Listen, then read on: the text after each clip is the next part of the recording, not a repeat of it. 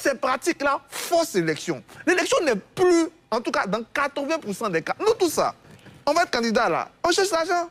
Parce que si j'ai parlé là, j'ai parlé. Ah, bête, j'ai parlé, hein. Dans tous les coins d'Afrique. Mais aujourd'hui, là, je suis sûr que parler seulement, là, ne peut pas me faire gagner l'élection. Très bien. Je suis sûr. Il n'y a pas quelqu'un qui peut gagner une élection en Côte d'Ivoire ici. On parle. Mais André a dit, regardez qui gagne les élections. C'est les DG, c'est les ministres, c'est les hommes d'affaires. Mais il y a des hommes d'affaires qu'on connaît, on entend les noms dans la chanson, et puis ils battent des députés. Pourquoi? Parce qu'eux donnent de l'emploi.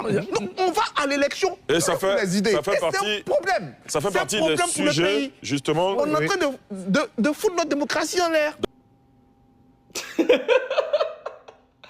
Non, pas de ça que tu es fort. Coupé de tête n'aime pas qu'on passe derrière lui avec machette. C'est-à-dire qu'il a fallu qu'Atu Banga soit lui-même victime, n'est-ce pas, de la mafia, pour qu'il vienne aujourd'hui là, pleurer à chaudes larmes devant les Ivoiriens. Alors c'est maintenant que tu sais qu'il y a un système comme ça qui existe dans notre pays. C'est aujourd'hui que tu sais que la démocratie ivoirienne est prise en otage. Donc il a fallu que toi-même tu sois victime de ça pour que enfin tu daignes écouter ce que le peuple de Côte d'Ivoire dit.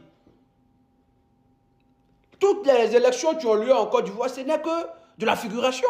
Ce n'est que juste pour cocher des cases. Mais ce n'est pas la volonté du peuple de Côte d'Ivoire qui s'exprime. Et toi, tu le sais, tu es le premier à le savoir, Tubanga. Tu es le premier à le savoir. Depuis des mois, tu viens cracher ton venin sur les opposants de Côte d'Ivoire. Parce qu'ils sont en position de faiblesse.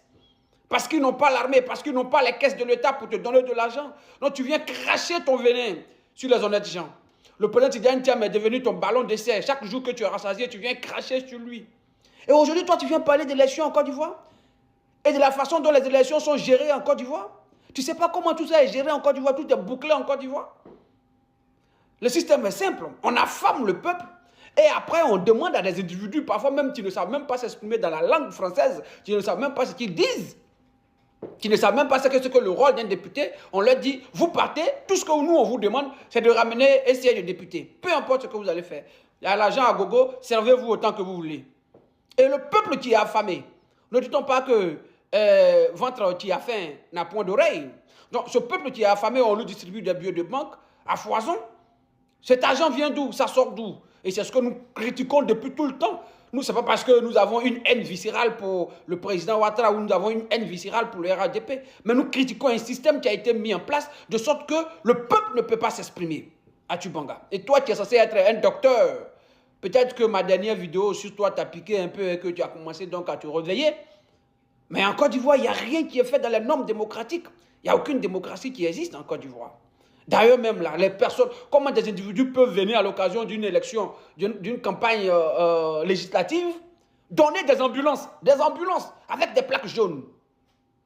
Et ça, personne n'a critiqué cela. Il n'y a même pas une commission d'enquête sur les campagnes, sur les comptes de campagne, pour venir demander à ces personnes-là, d'où sortez-vous ces ambulances, d'où sortez-vous ces fonds, pour pouvoir donc venir financer, distribuer de l'argent comme ça à foison aux gens à l'occasion des campagnes électorales. Normalement, si on veut faire un jeu équitable, il devrait avoir un montant, donc on ne peut pas dépasser. Et l'État devrait financer, il devrait y avoir une banque de la démocratie dans notre pays. La Côte d'Ivoire peut se le permettre. Je crois même avec 1 milliard de francs CFA, on peut faire cela. On peut donner 10 millions à chaque candidat à l'élection de député pour battre la campagne. Et il ne doit pas dépasser cette somme-là. L'État de Côte d'Ivoire peut se le permettre, si on veut vraiment que la volonté du peuple s'exprime. Mais toi, Atu Banga, docteur, a dit que le médecin après la mort, c'est maintenant que tu viens crier. Et aujourd'hui, je ne sais pas qui est-ce que qui t'a piqué avec ce courage. Mais peut-être que tes jours à ANC, ils sont comptés. Parce que, voilà, on ne dit pas ce que tu as dit là-bas. Non. On ne dit pas ce que tu as dit là-bas. Et il fallait peut-être rester dans ton canevas comme tu avais toujours l'habitude de le faire. Mais enfin, je crois que tu deviens un homme, un véritable homme, quelqu'un qui dénigre et qui pointe du doigt l'état de la société. Et c'est ainsi que va notre République. Qu'est-ce qu'on peut faire encore en ce moment? On ne peut rien faire que de subir. On ne peut rien faire que de subir. Et on parle d'une amarda du RHDP, une amarda de ceci, de cela. Ces gens-là même savent au plus profond d'eux-mêmes que le peuple de Côte d'Ivoire n'est pas avec eux. Ils savent au plus profond d'eux-mêmes que le peuple de Côte d'Ivoire les a vomis. Aujourd'hui, ils sont obligés, n'est-ce pas, d'acheter les consciences des Ivoiriens, d'acheter des voix. Mais avec quoi? Avec l'argent du contribuable. Donc, en plus d'acheter, on vole, on pille le denier public pour distribuer cet argent-là. Voilà ce qui se passe dans notre pays. Et c'est en cela que je tire mon chapeau au PDCI RDA qui, malgré cela, a réussi à attirer plus de 30 sièges de députés. Et ça, c'est à saluer. C'est à saluer. Le président Tidjane Thiam est à saluer. Donc, Atou Banga, bienvenue dans l'opposition. Peut-être que maintenant, tu vas devenir garçon et que tu vas te ressaisir. Voilà. Quant à nous, ça fait longtemps qu'on combat ça, qu'on sait que tout ce qu'on dit, oui, le RADP a tel nombre de députés, c'est du pipeau, voilà, c'est du flafla. Voilà, ce n'est pas la volonté du peuple de Côte d'Ivoire.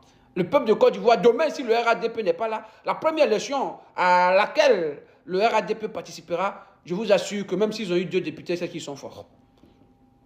Même si les élections-là sont à la régulière, s'ils ont eu 2 députés, c'est qu'ils sont forts.